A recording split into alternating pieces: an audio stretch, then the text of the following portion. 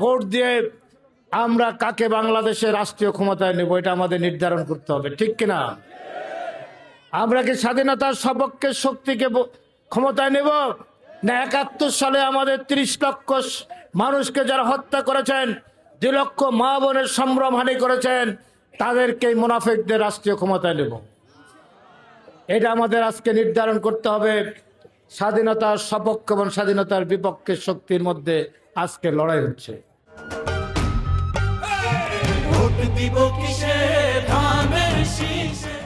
অতীতে আমরা নৌকার বিরুদ্ধে যুদ্ধ করেছি,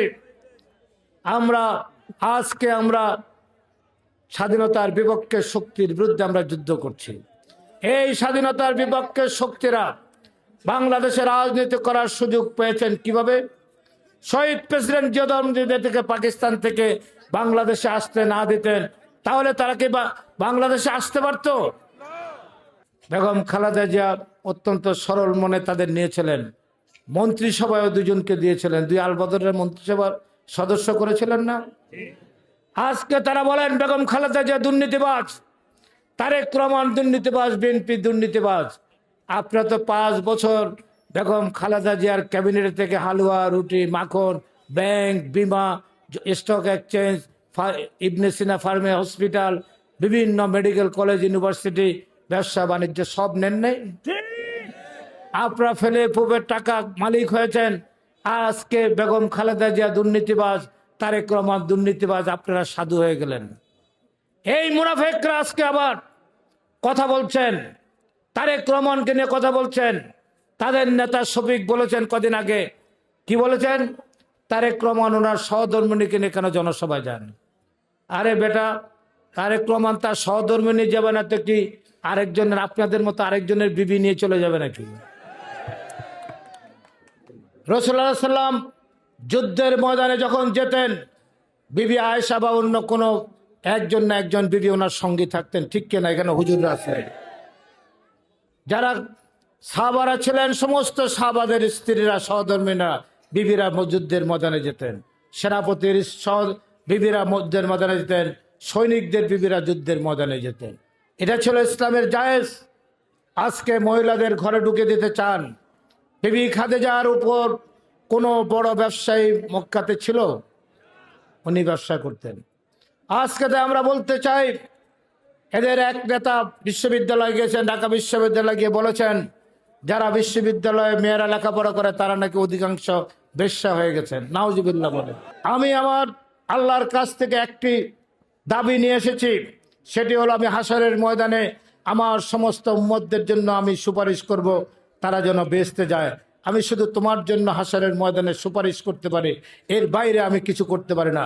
আল্লাহর রাসূল যেখানে বিবি ফাতেমাকে বেহেশতে যাওয়ার গ্যারান্টি দিতে পারে নাই, আজকে জামাতের মুনাফিক শিরক বেদায়েত তারা আজকে বলছেন আপনি জামাতে পাল্লায় ভোট দিলে বেহেশতে চলে যাবেন। আরেক নেতা বাইতুল মোকাররমের উত্তর গেটে দাঁড়িয়ে বলছেন আল্লাহ খুব পেরেশানিতে আছেন, আল্লাহ পেরেশানিতে আছেন। তখন মুসল্লিরা জিজ্ঞাসা করলেন নেতা কি কারণে?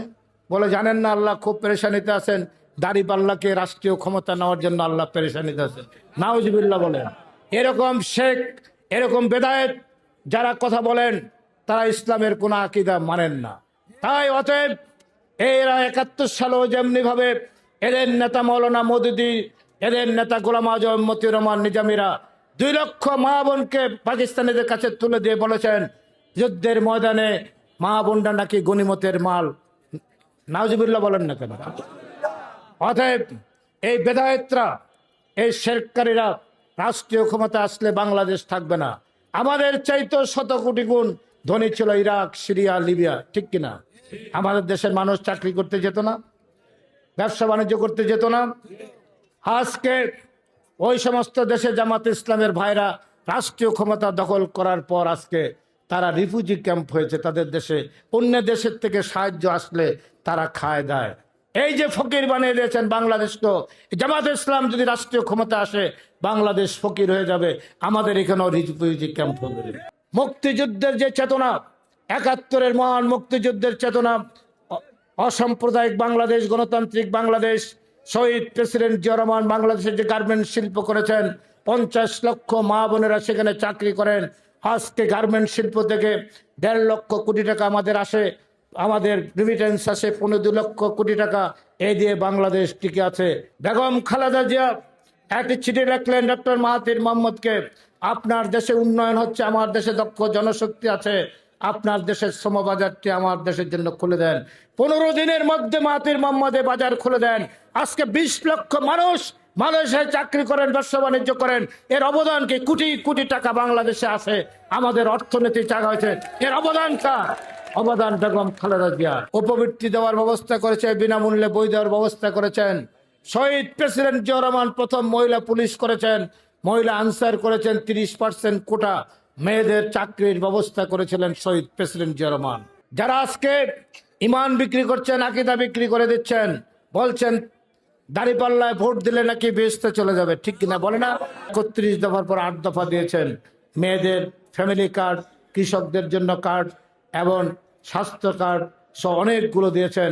এটা হলো একটি জনকল্যাণমূলক রাষ্ট্রের থিওরি উনি দিয়েছেন। অতএব বাংলাদেশের সকল উন্নয়ন যখন বেগম খালেদা জিয়ার হাত ধরে এসেছেন, তারেক রহমানের যে শহীদ প্রেসিডেন্ট জিয়া তাদের সুযোগ্য পুত্র তারেক রহমানকে আগামী 12ই ফেব্রুয়ারি আপনারা ভোট দিয়ে বাংলাদেশের প্রধানমন্ত্রী নির্বাচিত করুন। আমরা বাংলাদেশকে নিরাপদ বাংলাদেশ জনপদে পরিণত করতে চাই। মাদক মুক্ত, সন্ত্রাস মুক্ত, চাঁদাবাজ মুক্ত বাংলাদেশ গড়ে তুলব। আমি এখানে সুস্পষ্টভাবে ঘোষণা দিতে চাই, আমার দলের যে কেউ থাকে মাদকের সাথে জড়িত, এই চাঁদাবাজের সাথে জড়িত, তারা এই গোপালপুর ছেড়ে চলে যাবেন, বেগমগঞ্জ ছেড়ে চলে যাবেন। তারা বাংলাদেশে এই নোয়াখালীতে, এই বেগমগঞ্জে, গোপালপুরে কোনো চাঁদাবাজের স্থান হবে না। তারা চলে যাবেন, নাহলে জেলখানা যাবেন।